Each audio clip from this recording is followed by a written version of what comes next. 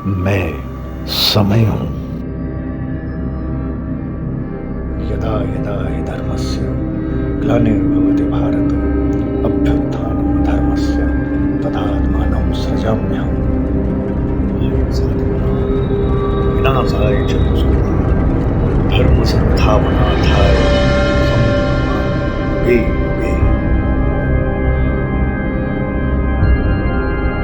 तू स्वयं अपने दुखों का कारण है, फिर मुझसे प्रश्न क्यों करता है?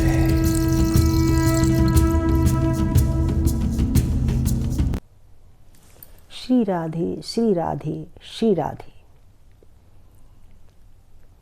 कृष्णम वंदे जगत गुरु गुरु भगवान को हमारा नमन है। सभी प्रिय भक्तों को हमारा प्रेम भरा वंदन है, अभिनंदन है। सभी संतों को, ऋषियों मुनियों को, सबको हमारा वंदन है, अभिनंदन है। सबके चरणों में कोटि कोटि नमन है। प्रेम भक्ति क्या है, इस पर हम अपने विचार आप सभी प्रिय भक्तों में साझा करना चाहेंगे कि सर्वप्रथम प्रेम और भक्ति में सीधा सीधा संबंध भगवान से है। भगवान ने गीता में अर्जुन को बताते हुए कहा है कि हे अर्जुन, तुम शरीर नहीं आत्मा हो। वह आत्मा मेरा ही स्वरूप है, जिसका ब्रह्मा विष्णु महेश भी अर्थात स्वयं मैं भी जिसका ध्यान करता हूँ, वह है अविनाशी अजर अमर आत्मा। भगवान केशव ने गीता में अर्जुन को उपदेश देते समय जो विराट रूप का दर्शन कराया था, वह क्या था? जिसमें सारा ब्रह्मांड समाया था और जिसके तेज को अर्जुन सहने में असमर्थ हो गए थे। यह वही सुंदर आत्मा है जो हमारे हृदय के अंदर विराजमान है, विद्यमान है, जिसका हम सभी अणु मात्र भी प्रयोग नहीं कर रहे हैं।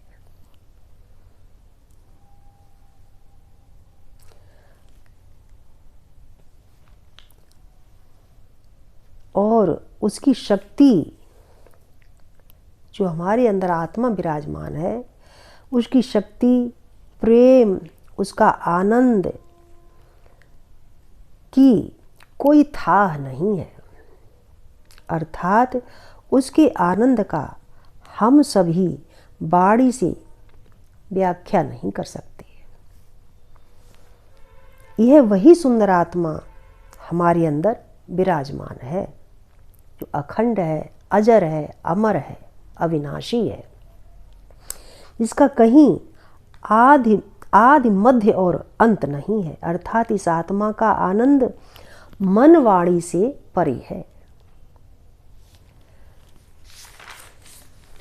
भगवान केशव ने गीता में अर्जुन को आत्म तत्व का ही ज्ञान दिया है। अतः हम आप सभी भक्तों के साथ श्रीमद् भगवत गीता के 18 अध्यायों का वर्णन करेंगे, जो पद्म पुराण के अंतर्गत गीता के 18 अध्याय व उनके महत्व का भी साथ ही में वर्णन करेंगे, जिसमें आप हम सभी मिलकर सुनेंगे।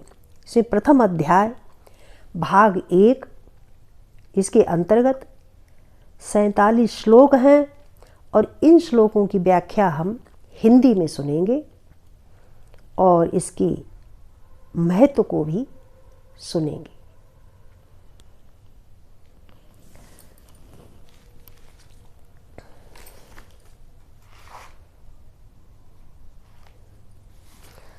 प्रथम अध्याय भाग 1 श्रीमद् भगवत गीता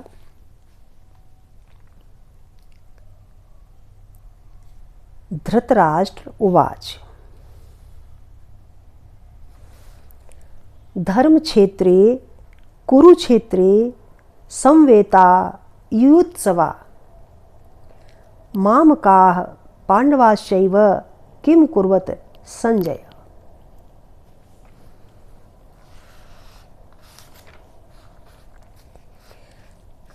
अर्थात धृतराष्ट्र बोले संजय से कि हे संजय, धर्मभूमि कुरुक्षेत्र में इकट्ठे हुए युद्ध की इच्छा वाले मेरे और पांडव के पुत्रों ने क्या किया।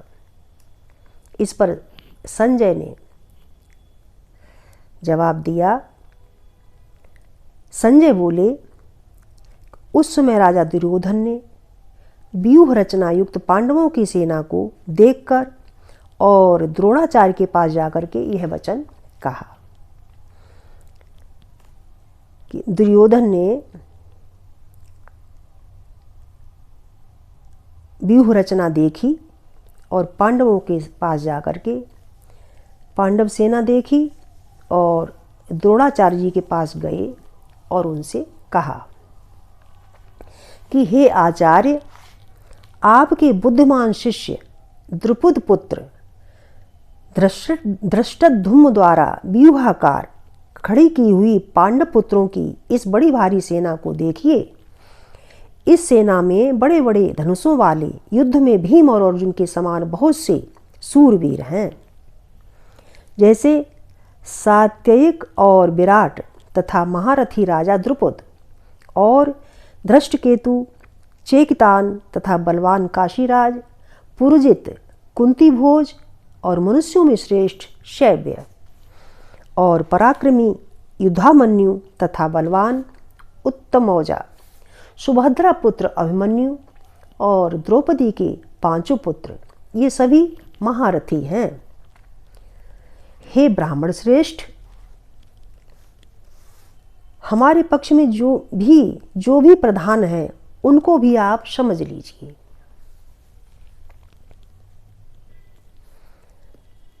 आपके जानने के लिए मेरी सेना के जो सेनापति हैं उनको मैं कहता हूँ, बताता हूँ। एक तो स्वयं आप और पितामह भीष्म तथा कर्ण और संग्राम विजयी कृपाचार्य तथा वैसे ही अश्वत्थामा, विकर्ण और सोमदत्त का पुत्र भूरिश्रवा तथा और भी बहुत से सूरवीर अनेक प्रकार के शस्त्र अस्त्रों से युक्त मेरे लिए जीवन की आशा को त्यागने वाले सबके सब युद्ध में चतुर हैं। अर्थात दुर्योधन कह रहे हैं कि यह सब अपना जीवन की आशा की त्यागे हुए और हमारे पक्ष में खड़े हुए हैं और सबके सब सूरवीर हैं और सभी युद्ध में चतुर हैं। भीष्म पितामह द्वारा रक्षित हमारी वह सेना सब प्रकार से अजेय है। तो दुर्योधन बता रहे कि भीष्म पितामह हमारी सेना के रक्षक हैं और हमारी सेना सब प्रकार से अजेय है और भीम द्वारा रक्षित इन लोगों की यह सेना जीतने में सुगम है।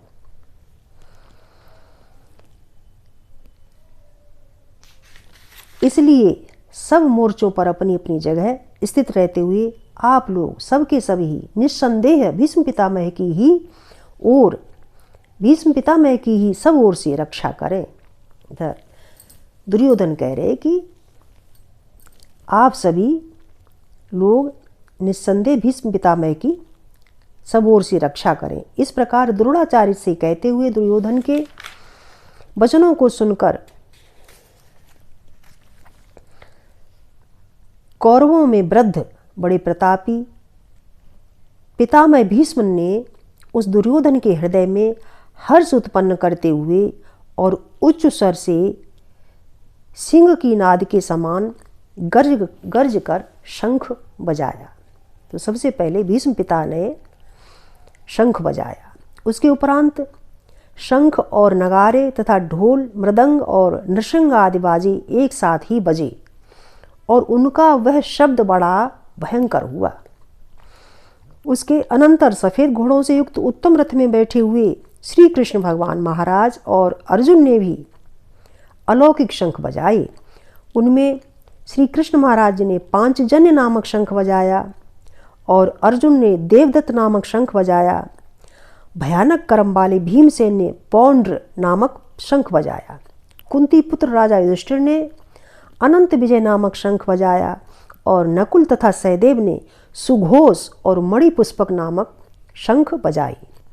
श्रेष्ठ धनुष वाले काशीराज और महारथी शिखंडी और धृष्टद्युम्न तथा राजा विराट और अजय सात्विक तथा राजा द्रुपद और द्रौपदी के 5 पुत्र और बड़ी भुजा वाली सुभद्रा पुत्र अभिमन्यु, इन सब ने, हे राजन, अलग अलग शंख बजाए और उस भयानक शब्द ने आकाश और पृथ्वी को भी शब्दायमान करते हुए धृतराष्ट्र पुत्रों के हृदय विदीर्ण कर दिए। हे राजन, उसके उपरांत कपिध्वज अर्जुन ने खड़े हुए धृतराष्ट्र पुत्रों को देखकर उस शस्त्र चलने की तैयारी के समय धनुष उठा करके ऋषि के श्री कृष्ण महाराज जी से यह वचन कहा कि हे अच्युत, हे केशव, मेरे रथ को दोनों सेनाओं के बीच में खड़ा करिए। जब तक मैं इन स्थित हुए युद्ध की कामनाओं वालों को अच्छी प्रकार देख लूं कि इस युद्ध रूप व्यापार में मुझे किन किन के साथ युद्ध करना योग्य है।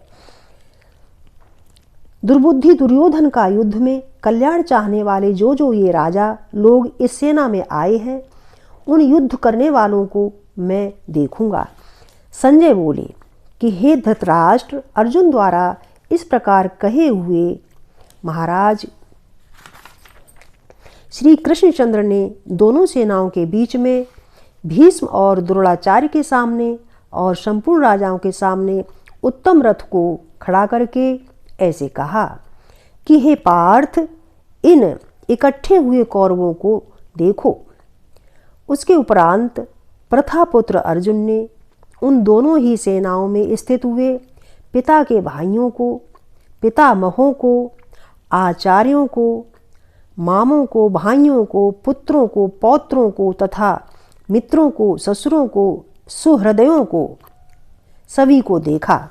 इस प्रकार उन खड़े हुए संपूर्ण बंधुओं को देखकर वे अत्यंत करुणा से युक्त हुए। कुंती पुत्र अर्जुन शोक करते हुए यह बोले कि हे कृष्ण, इस युद्ध की इच्छा वाले खड़े हुए स्वजन समुदाय को देखकर मेरे अंग शिथिल हुए जाते हैं।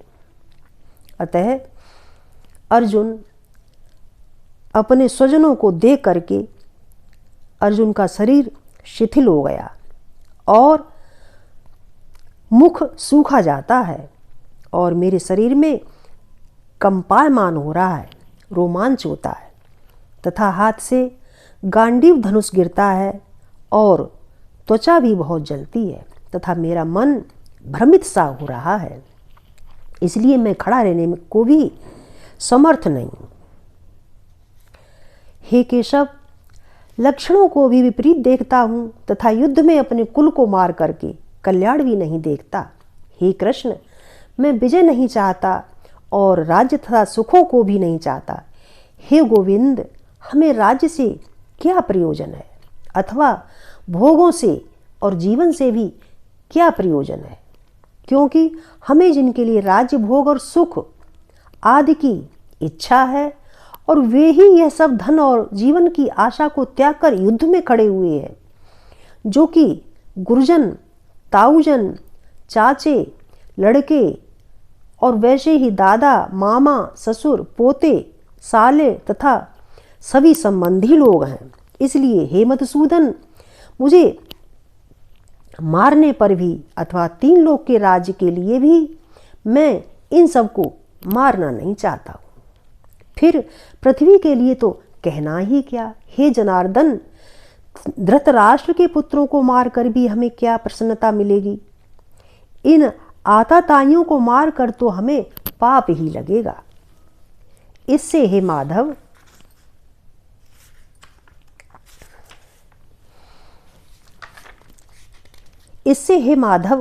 अपने बांधव धृतराष्ट्र के पुत्रों को मारने के लिए हम योग्य नहीं हैं, क्योंकि अपने कुटुंब को मारकर हम कैसे सुखी होंगे, हमें कैसे सुख मिलेगा। यद्यपि लोभ से भ्रष्ट चित्त हुए ये लोग कुल के नाशकृत दोष को और मित्रों के साथ विरोध करने में पाप को नहीं देखते, परंतु हे जनार्दन, कुल के नाश करने से होते हुए दोष को जानने वाले हम लोगों को इस पाप से हटने के लिए क्यों नहीं विचार करना चाहिए? क्योंकि कुल के नाश होने से सनातन कुल धर्म नष्ट हो जाते हैं और धर्म के नाश होने से संपूर्ण कुल को पाप लगता है। तथा हे कृष्ण, पाप के अधिक बढ़ जाने से कुल की स्त्रियां दूषित हो जाती हैं और वह वर्ण संकर कुलघातियों को और कुल को नरक में ले जाने के लिए होती हैं। लोप हुई पिंड और जल की क्रिया वाले इनके पितरलोग भी गिर जाते हैं, अतः नरक में चले जाते हैं। और इन वर्ण संकर कारक दोषों से कुलघातियों के सनातन कुल धर्म और जाति धर्म नष्ट हो जाते हैं। तथा हे जनार्दन, नष्ट हुए कुल धर्म वाले मनुष्यों का अनंत काल तक नरक में वास होता है, ऐसा हमने सुना है। हे अहो, शोक है कि हम लोग बुद्धिमान होकर भी और महान पाप करने के लिए तैयार हैं और महान पाप करने जा रहे हैं, जो कि राज्य और सुख के लोभ से अपने कुल को मारने के लिए उद्धत हुए हैं। यदि मुझ शस्त्र रहित न सामना करने वाले को शस्त्रधारी धृतराष्ट्र के पुत्र रण में मारे तो वह मारना भी मेरे लिए अति कल्याणकारी होगा। संजय बोले, रणभूमि में शोक से उद्विग्न मन वाले अर्जुन इस प्रकार कहकर बाण सहित धनुष को त्याग कर और रथ के पिछले भाग में बैठ गए।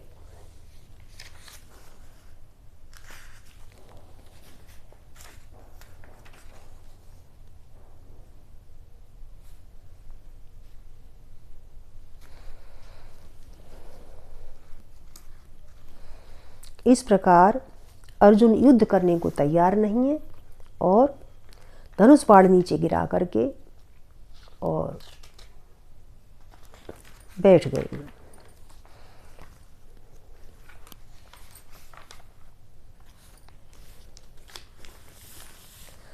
आइए अब हम सब इस प्रथम अध्याय का महत्व जानते हैं कि इसका महत्व क्या है। श्रीमद् भगवत गीता के पहले अध्याय का महत्व महात्म्य। श्री पार्वती जी ने कहा भगवान से, शंकर जी से, हे भगवान, आप सब तत्वों के ज्ञाता हैं। आपकी कृपा से मुझे श्री विष्णु संबंधी नाना प्रकार के धर्म सुनने को मिले जो समस्त लोक का उद्धार करने वाले हैं। और हे देवेश, अब मैं गीता का महात्म्य सुनना चाहती हूँ, जिसका श्रवण करने से श्री हरि में भक्ति बढ़ती है। तब श्री महादेव जी बोले, जिनका श्री विग्रह अलसी के फूल की भांति श्याम वर्ण का है, पक्षीराज गरुड़ ही जिनके वाहन हैं, जो अपनी महिमा से कभी च्युत नहीं होते तथा शेषनाग की शैया पर शयन करते हैं, उन भगवान महाविष्णु की हम उपासना करते हैं। एक समय की बात है, मुरु दैत्य के नाशक भगवान विष्णु शेषनाग के रमणीय आसन पर सुखपूर्वक विराजमान थे। उस समय समस्त लोगों को आनंद देने वाली भगवती लक्ष्मी ने आदरपूर्वक प्रश्न किया। श्री लक्ष्मी जी ने पूछा भगवान से कि हे भगवान, आप संपूर्ण जगत का पालन करते हुए भी अपने ऐश्वर्य के प्रति उदासीन से होकर जो इस क्षीर सागर में नींद ले रहे हैं, इसका क्या कारण है? तब भगवान बोले देवी लक्ष्मी से कि हे सुमुखी, मैं नींद नहीं लेता हूँ, अपितु तत्व का अनुसरण करने वाली अंतर्दृष्टि के द्वारा अपने ही माहेश्वर तेज का साक्षात्कार कर रहा हूँ। यहाँ पर भगवान कह रहे हैं देवी लक्ष्मी जी से कि तत्व का अनुसरण करने वाली जो अंतर्दृष्टि है, उस अंतर्दृष्टि के द्वारा अपने ही उस तेज का साक्षात कर रहा हूँ, ध्यान कर रहा हूँ, देख रहा हूँ। हे देवी, यह वही तेज है जिसका योगी पुरुष ध्यान करती है, जिसे हम आत्म तत्व कहते हैं। यह वही तेज है जिसका योगी पुरुष कुशाग्र बुद्धि के द्वारा अपने अंतःकरण में दर्शन करते हैं तथा जिसे मीमांसक विद्वान वेदों का सार तत्व बताते हैं। वह माहेश्वर तेज एक अजर प्रकाश स्वरूप आत्मरूप रोग शोक से रहित अखंड ज्योति आनंद का पुंज निस्पंद निरीह तथा द्वैत रहित वह आत्मा ही है जिसका श्री हरि विष्णु ध्यान करते हैं।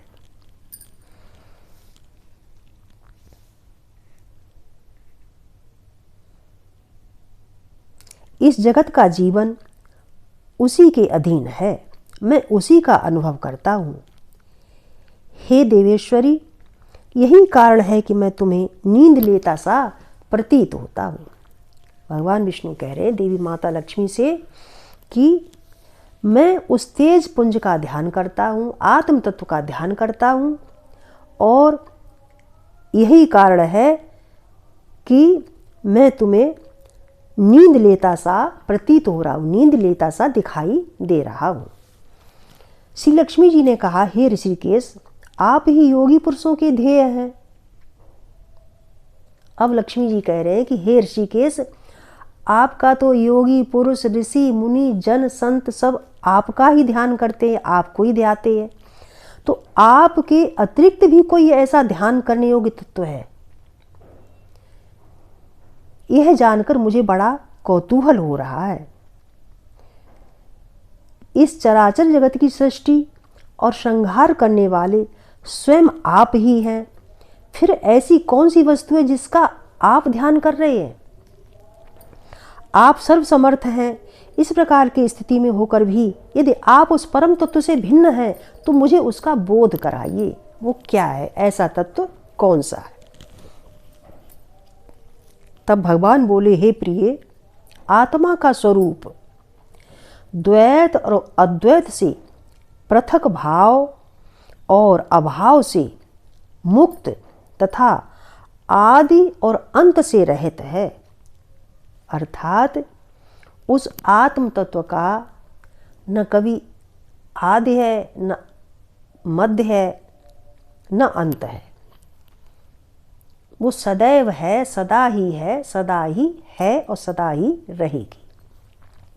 शुद्ध ज्ञान के प्रकाश से उपलब्ध होने वाला तथा परमानंद स्वरूप होने के कारण एकमात्र वह सुंदर है। वही मेरा ईश्वरीय रूप है। आत्म तत्व ही भगवान का ईश्वरीय स्वरूप है। आत्मा का एकत्व ही सबके द्वारा जानने योग्य है। गीता शास्त्र में इसी का प्रतिपादन हुआ है। गीता में आत्म तत्व का ही प्रतिपादन हुआ है। अमित तेजस्वी भगवान विष्णु के ये वचन सुनकर के लक्ष्मी देवी ने शंका उपस्थित करते हुए कहा, फिर भी देवी लक्ष्मी को शंका हुई और शंका उपस्थित करते हुए कहा, हे भगवान, यदि आपका स्वरूप स्वयं परमानंदमय और मनवाणी की पहुंच से बाहर है तो गीता कैसे उसका बोध कराती है? अब देवी लक्ष्मी जी कह रही हैं कि जब आपका परमानंद स्वरूप ही मनवाणी की पहुंच से बाहर है तो गीता उसका कैसे बोध कराती है? गीता से कैसे पता चलता है, कैसे जाना जाता है? मेरे इस संदेह का आप निवारण कीजिए। तब श्री भगवान बोले, हे सुंदरी, सुनो, मैं गीता में अपनी स्थिति का वर्णन करता हूँ। क्रमशः 5 अध्यायों को तुम 5 मुख जानो, 10 अध्यायों को 10 भुजाएं समझो तथा 1 अध्याय को उदर और 2 अध्यायों को दोनों चरण कमल जानो।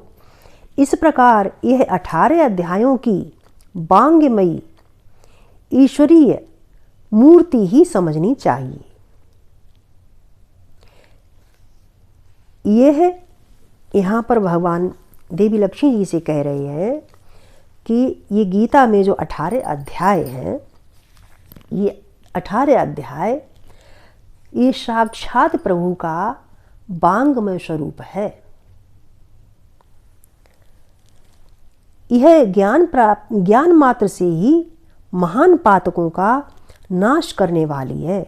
जो उत्तम बुद्धि वाला पुरुष गीता के एक या आधे अध्याय का अथवा एक आधे या चौथाई श्लोक का भी प्रतिदिन अभ्यास करता है, वह सुशर्मा के समान मुक्त हो जाता है।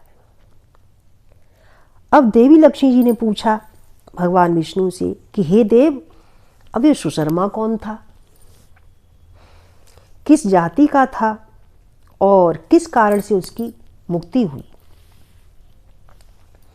तब भगवान बोले कि हे प्रिय, सुशर्मा बड़ी खोटी बुद्धि का मनुष्य था, पापियों का तो वह शिरोमणि था। उसका जन्म वैदिक ज्ञान से शून्य था एवं क्रूरतापूर्ण कर्म करने वाले ब्राह्मणों के कुल में उसका जन्म हुआ था। वह न ध्यान करता, न जप, न होम करता था, न अतिथियों का सत्कार करता था। वह लंपट होने के कारण सदा विषयों के सेवन में ही आसक्त रहता था। हल जोतता था, पत्ते बेचकर जीविका चलाता था। उसे मदिरा पीने का बड़ा ही शौक था तथा वह मांस भी खाता था। इस प्रकार उसने अपने जीवन का दीर्घ काल तक व्यतीत कर दिया। एक दिन मूढ़ बुद्धि सुशर्मा पत्ते लाने के लिए किसी ऋषि की वाटिका में घूम रहा था और इसी बीच एक काला सर्प आया और उस सर्प ने उसे डस लिया और सुशर्मा की मृत्यु हो गई। तदनंतर वह अनेक नरकों में जा वहाँ की यातनाएं भोग करके और फिर मर्तलोक में आकर के उसने जन्म ले लिया। फिर मर्तलोक में आया और वहाँ बोझा ढोने वाले बैल के रूप में जन्म लिया। उस समय किसी पंगु ने अपने जीवन को आराम से व्यतीत करने के लिए उसे खरीद लिया। बैल ने अपनी पीठ पर पंगु का भार ढोते हुए बड़े कष्ट से 7-8 वर्ष बिताए। 7-8 वर्ष बिताए। एक दिन पंगु ने किसी ऊंचे स्थान पर उस बैल को बहुत देर तक बड़ी तेजी के साथ घुमाया। इससे वह थक करके और बड़े वेग से आकर के और पृथ्वी पर गिर पड़ा और मूर्छित हो गया। उस समय वहाँ कौतूहलवश आकृष्ट हो बहुत से लोग एकत्रित हो गए और उस जन समुदाय में से किसी पुण्यात्मा व्यक्ति ने उस बैल का कल्याण करने के लिए उसे अपना थोड़ा पुण्य दान कर दिया। तत्पश्चात कुछ दूसरे लोग भी आए और उन्होंने भी अपना थोड़ा थोड़ा पुण्य उस बैल के लिए दान किया। उस भीड़ में एक वैश्या भी आई। उसे अपने पुण्य का पता नहीं था, लेकिन फिर भी उसने लोगों के देखा देखी उस बैल के लिए कुछ त्याग किया अथवा उस बैल के लिए कुछ पुण्य किया। तदनंतर यमराज के दूत उस मरे हुए प्राणी को पहले यमपुरी में ले गए और वहाँ यह विचार कर कि यह वैश्या के दिए पुण्य से पुण्यात्मा बन गया है, अतः इसे छोड़ दिया जाए। फिर वह भूलोक में आकर के उत्तम कुल और शील वाले ब्राह्मणों के घर में उत्पन्न हुआ। अब वही बैल जिसकी मृत्यु हो चुकी और वैश्या के दान से और फिर पृथ्वी लोक पर आया और उसने उत्तम कुल में ब्राह्मणों के घर में उसका जन्म हुआ। उस समय भी उसे अपने पूर्व जन्म की बातों का स्मरण बना रहा। बहुत दिनों के बाद अपने अज्ञान को दूर करने वाले कल्याण तत्व का जिज्ञासु, मतलब कि जब उसने दूसरा जन्म ले लिया तो बहुत दिनों के बाद अपने अज्ञान को दूर करने के लिए कल्याण तत्व का जिज्ञासु, मतलब कि मेरा कल्याण हो, ऐसी इच्छा रख करके वह उस वैश्या के पास गया और उसके दान की बात बतलाते हुए उससे पूछा कि तुमने कौन सा पुण्य किया था और कौन सा पुण्य हमें दान किया। वैश्या ने उत्तर दिया कि वह पिंजरे में बैठा हुआ तोता प्रतिदिन कुछ पढ़ता है उससे मेरा अंतःकरण पवित्र हो गया। उसी का पुण्य मैंने तुम्हें दान कर दिया। इसके बाद उन दोनों ने तोते से पूछा। तब उस तोते ने अपने पूर्व जन्म का स्मरण करके प्राचीन इतिहास बताया। शुक बोला कि पूर्व जन्म में मैं विद्वान होकर भी विद्वता के अभिमान से मोहित रहता था। मतलब तोता कहता था कि पूर्व जन्म में, पहले जन्म में मैं विद्वता के अभिमान से मोहित रहता था। मेरा राग द्वेष इतना बढ़ गया था कि मैं गुणवान विद्वानों के प्रति भी ईर्षा भाव रखने लगा। फिर समयानुसार मेरी मृत्यु हो गई और मैं अनेकों घृणित लोकों में भटकता रहा। फिर उसके बाद इस लोक में आया। सदगुरु की अत्यंत निंदा करने के कारण तोते के कुल में मेरा जन्म हुआ। पापी होने के कारण छोटी अवस्था में ही मेरा माता पिता से वियोग हो गया। एक दिन मैं ग्रीष्म ऋतु में तपे हुए मार्ग पर पड़ा था। वहाँ से एक श्रेष्ठ मुनि निकल रहे थे। उन्होंने मुझे उठा लिया और महात्मा अपने आश्रम पर हमें ले आए और एक पिंजरे में उन्होंने मुझे डाल दिया। वहीं मुझे पढ़ाया गया। ऋषियों के बालक पढ़ा करते थे। बड़े आदर के साथ गीता के प्रथम अध्याय की आवृत्ति करते थे और उन्हीं से सुनकर के भी मैं भी बारंबार उन्हीं का सुना हुआ पाठ करने लगा। और इसी बीच में एक चोरी करने वाला बहेलिया आया और वो मुझे वहाँ से चुरा ले गया। तत्पश्चात इस देवी ने मुझे खरीद लिया। यही मेरा वृत्तांत है जिसे मैंने आप लोगों को बता दिया। अब ये देवी वही वैश्या थी जिसने उस तोते को खरीद लाई और यही मेरा वृत्तांत है जिसे मैंने आप लोगों से बता दिया। पूर्व काल में मैंने इस प्रथम अध्याय का अभ्यास किया था जिससे मैंने अपने पाप को दूर किया है। फिर उसी से इस वैश्या का भी अंतःकरण शुद्ध हो गया और उसी के पुण्य से ये द्विजश्रेष्ठ शर्मा भी पाप मुक्त हो गया। अब यहाँ पर तोते के कारण तो वैश्या का मन पवित्र हुआ और वैश्या ने पुण्य किया उस बैल को, तो उस सुशर्मा पाप से मुक्त हो गया। इस प्रकार परस्पर वार्तालाप और गीता के प्रथम अध्याय के महात्म्य की प्रशंसा करके ये तीनों निरंतर अपने अपने घर पर गीता का अभ्यास करने लगे। फिर ज्ञान प्राप्त करके और वो मुक्त हो गए। इसलिए जो गीता के प्रथम अध्याय को पढ़ता, सुनता तथा अभ्यास करता है उसे इस भवसागर को पार करने में कोई कठिनाई नहीं होती है। अतः इसका सार यही है कि गीता का प्रथम अध्याय से कितने लोगों की मुक्ति हुई है, कितने लोग भवसागर से पार हुए। अतः हमें भी गीता का इस पाठ करना चाहिए और यही इसका महत्व है। श्री राधे, श्री राधे, श्री राधे। हमारा आप सभी को वंदन है, अभिनंदन है, सबको प्रेम भरा वंदन है। अगर हमारा वीडियो आपको पसंद आ रहा हो तो प्लीज़ सब्सक्राइब करें, लाइक करें और हमें कमेंट्स में बताएं। श्री राधे, श्री राधे, श्री राधे।